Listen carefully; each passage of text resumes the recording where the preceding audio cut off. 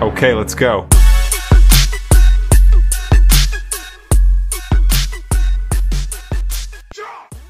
Di awal film, memperlihatkan seseorang bernama Nargis yang masih terbayang-bayang dengan masa lalunya yang mengerikan, yaitu sebagai korban perdagangan manusia. Psikologis Nargis terus tertekan dengan pengalaman buruknya waktu berada di Noman. Setelah itu terlihat Samir suami Nargis, yang mencoba menghibur Nargis dengan memberikan hadiah ulang tahun pernikahannya. Namun sayangnya sampai saat ini Nargis belum bisa tersenyum.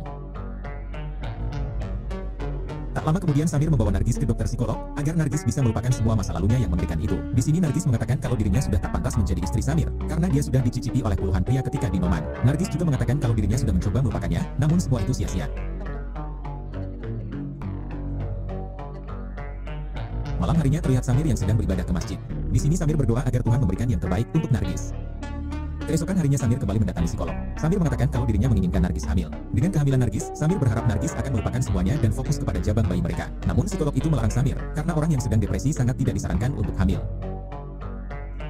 Suatu hari Samir melayat ke salah satu rumah temannya yang sedang berduka. Ternyata saat ini kakak temannya itu telah meninggal bersama keluarganya akibat kecelakaan. Di sini Samir melihat seorang anak kecil bernama Andini yang sedang bersedih. Terlihat Samir yang begitu kasihan melihat Andini, karena kedua orang tua Andini baru saja meninggal, yaitu kakak temannya. Ketika akan pulang, si teman bercerita kepada Samir kalau dirinya tidak sanggup mengasuh Andini karena dia harus bekerja keluar kota. Samir yang kebetulan sangat ingin mempunyai anak, akhirnya ia mengatakan kalau Samir dan Nargis bersedia mengasuh Andini sampai si teman menyelesaikan pekerjaannya.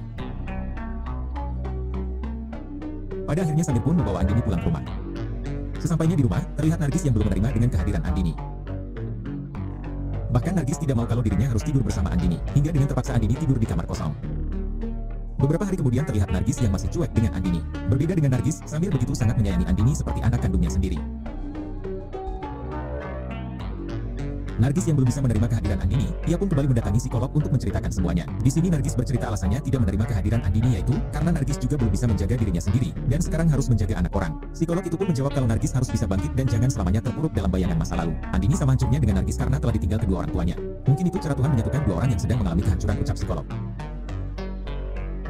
Keesokan harinya, Nargis mulai mencoba bersikap ramah kepada Andini serta mengizinkannya bermain. Namun ketika Nargis sedang sendiri, tiba-tiba terdengar suara Andini yang memanggil namanya. Ternyata saat itu Andini diserang oleh anjing tetangganya, hingga membuat kaki dan tangan Andini terluka. Dengan cepat Nargis langsung membawa Andini ke rumah sakit agar segera mendapat pengobatan.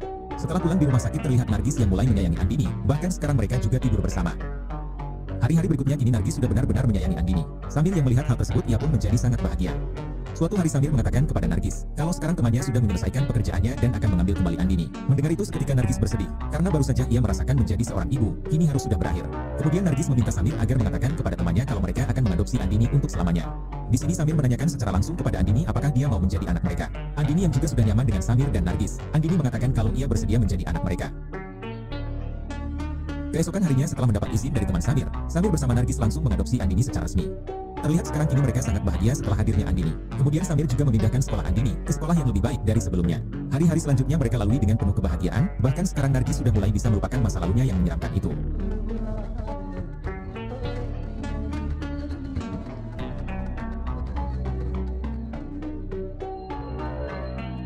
Suatu hari ketika Andini pulang sekolah, terlihat Andini dan gadis SMA bernama Shema sedang membeli es krim. Diberitahu kalau Shema ini adalah tetangga Andini yang suka pulang bareng dengan Andini. Tak lama datanglah sekelompok remaja SMA yang langsung menodongkan pistol sambil membawa paksa Shema dan Andini. Kelompok remaja ini diketuai oleh seseorang bernama Baju, ini orangnya. Di sini tidak ada yang berani menghentikan Baju karena dia membawa senjata. Hingga pada akhirnya Baju dan kelompoknya berhasil membawa Shema dan Andini masuk ke dalam mobil, lalu mereka pun pergi. Di dalam mobil, ternyata Baju menculik Shema karena dia kesal akibat cintanya yang tak pernah diterima oleh Shema. Teman Baju juga terpaksa membawa Andini karena tadi dia terus berteriak. Di sini Shema mencoba memohon kepada Baju agar dirinya dan Andini segera dilepaskan. Namun Baju tidak sedikit pun menggubris permintaan Shema. Di sisi lain diperlihatkan Samir yang baru mendapat kabar kalau Andini kini diculik sekelompok remaja. Dengan cepat Samir langsung mendatangi sekolah Andini untuk memastikan kabar tersebut. Sesampainya di sana terlihat sudah banyak polisi dan si penjual es krim sebagai saksi.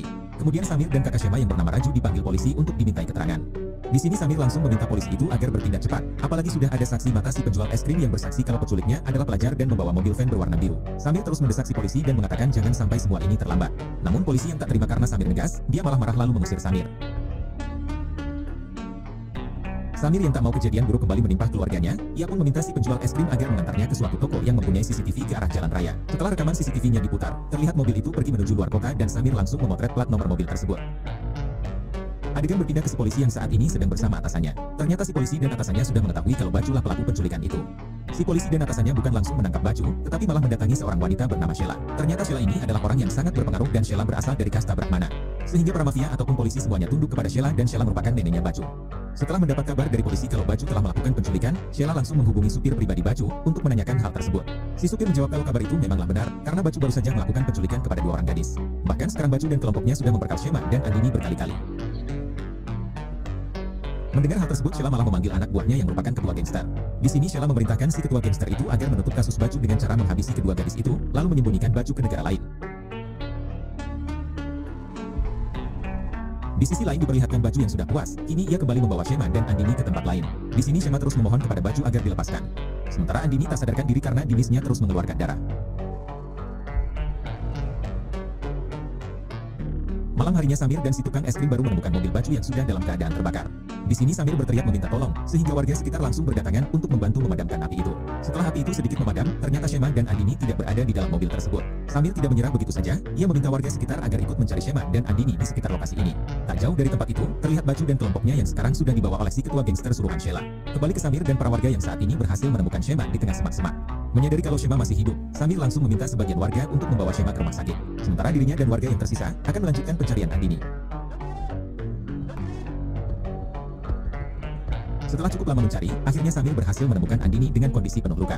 Samir tak tahan menahan air matanya karena sekarang anaknya yang masih berusia 5 tahun harus mengalami lagi kejadian yang dulu pernah menimpa Nargis. Dengan perasaan yang sangat hancur, Samir langsung membawa Andini ke rumah sakit.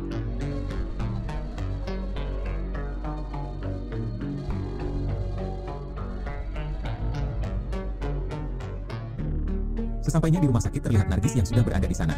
Kini Nargis kembali depresi karena sekarang anaknya harus mengalami kejadian mengerikan yang pernah Nargis alami dulu. Sementara Samir dengan perasaan yang sangat hancur, dia hanya bisa terdiam dan melamun. Kemudian Samir mendapat informasi dari Raju kakak Shema kalau plat nomor mobil van itu adalah milik Bacu. Pihak kepolisian juga sudah mengetahui kalau pelaku penculikan itu adalah Bacu. Namun para polisi tidak berani melakukan hal apapun karena Bacu adalah cucu dari Sheila. Di waktu yang sama tiba-tiba Nargis berteriak karena ternyata nyawa Andini tidak bisa diselamatkan. Nargis dan Samir benar-benar syok dengan kejadian ini. Mereka baru saja merasakan hidup bahagia, namun kini harus kembali merasakan kepedihan yang begitu amat dalam.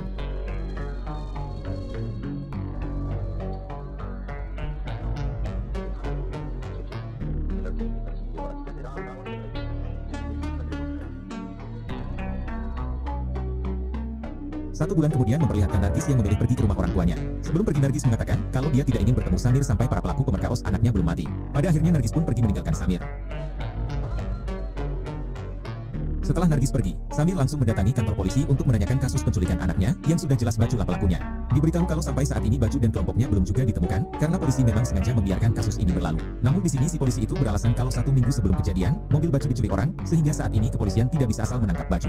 Kemudian Samir kembali mengatakan kalau saat penculikan ada saksi mata yaitu si tukang es krim. Si tukang es krim akan mudah mengidentifikasi apakah Bacu atau bukan yang melakukan penculikan itu. Si polisi kembali menjawab dengan mengatakan kalau si tukang es krim tiba-tiba menghilang sejak 1 bulan terakhir. Mendengar hal tersebut terlihat Samir yang sangat kecewa dengan kepolisian.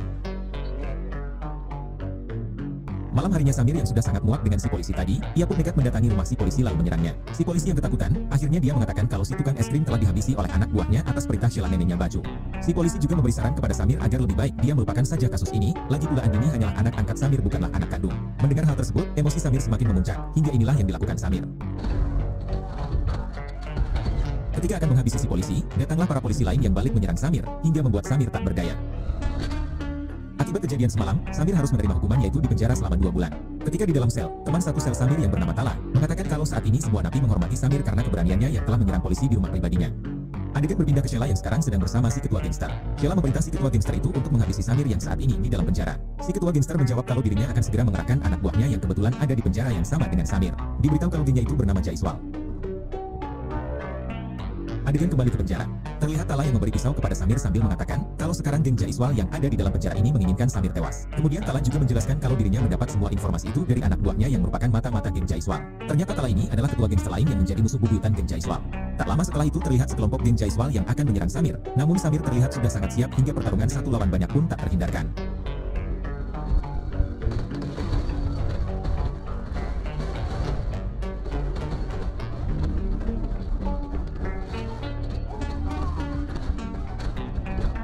Di tengah pertarungan, Tala dan anak buahnya ikut membantu Samir menyerang geng Jaiswal.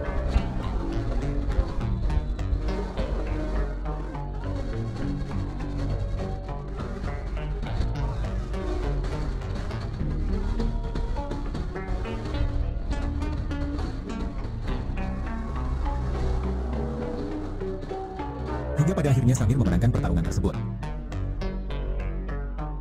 Adegan berpindah ke rumah sakit. Di sini terlihat Shema yang baru saja sadar dari komanya. Kemudian datanglah petinggi polisi yang ingin meminta keterangan langsung dari Shema, sebab polisi setempat selalu berbelit-belit ketika diminta keterangan penculikan itu. Di sini Shema mengatakan kalau pelaku beranggotakan 4 orang yaitu Baju, Sardul, Abinaf, dan si supir pribadi Baju. Sementara di penjara memperlihatkan Samir yang kini hukumannya sudah berakhir. Artinya kini kasus penculikan dan pembunuhan anaknya itu sudah berjalan selama 3 bulan, namun Baju dan kelompoknya belum juga ditangkap. Ketika akan pergi dari penjara, terlihat Samir yang memeluk Tala, karena dia sudah banyak membantu Samir. Tala memberitahu Samir markas ketua gangster Jaiswal, yang merupakan antek-anteknya Sheila. Tala juga meminta Samir agar mendatangi keluarga Tala, karena mereka pasti akan membantu Samir. Setelah itu Samir pun pergi untuk memburu semua orang yang terlibat dalam kasus penculikan anaknya. Singkat cerita kini Samir sudah berada di rumah keluarga Tala. Terlihat keluarga Tala juga yang menerima Samir dengan baik karena sekarang musuh mereka sama, yaitu kelompok geng Jaiswal. Di sini juga terlihat Raju kakak Shema yang ikut hadir menemani Samir. Hingga tanpa menunggu lama, mereka pun langsung menyerang geng Jaiswal di markasnya.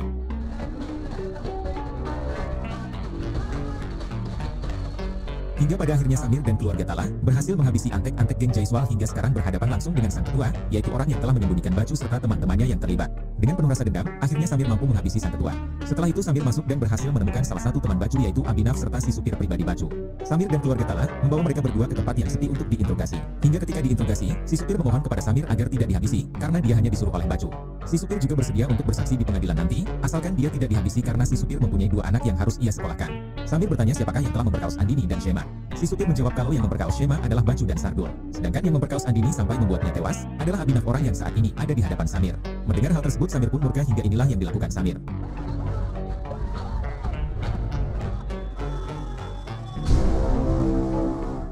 Keesokan harinya terlihat Abinaf yang sudah tewas dengan sangat mengenaskan. Sedangkan si supir dibiarkan kabur oleh Samir. Setelah berita kematian Abinaf yang mengenaskan menyebar, salah satu kelompok Baju yang bernama Sardul menyerahkan diri karena dia ketakutan akan bernasib seperti Abinaf.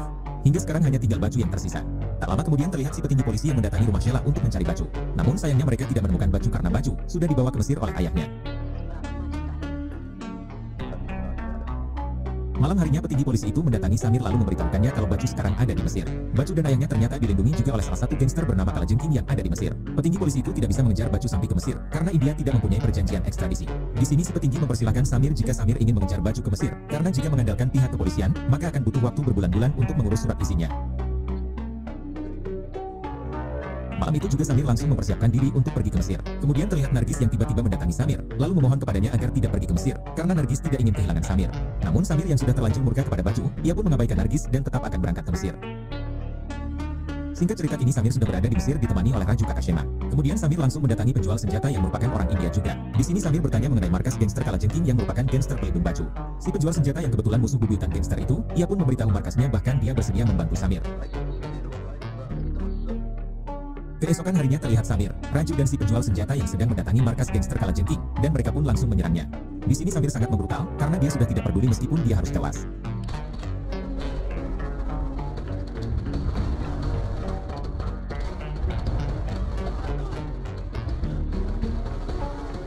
Terlihat Baju dan ayahnya yang dibawa kabur oleh satu anak buahnya. Samir yang melihat hal tersebut langsung mengejarnya hingga terjadi aksi kejar-kejaran.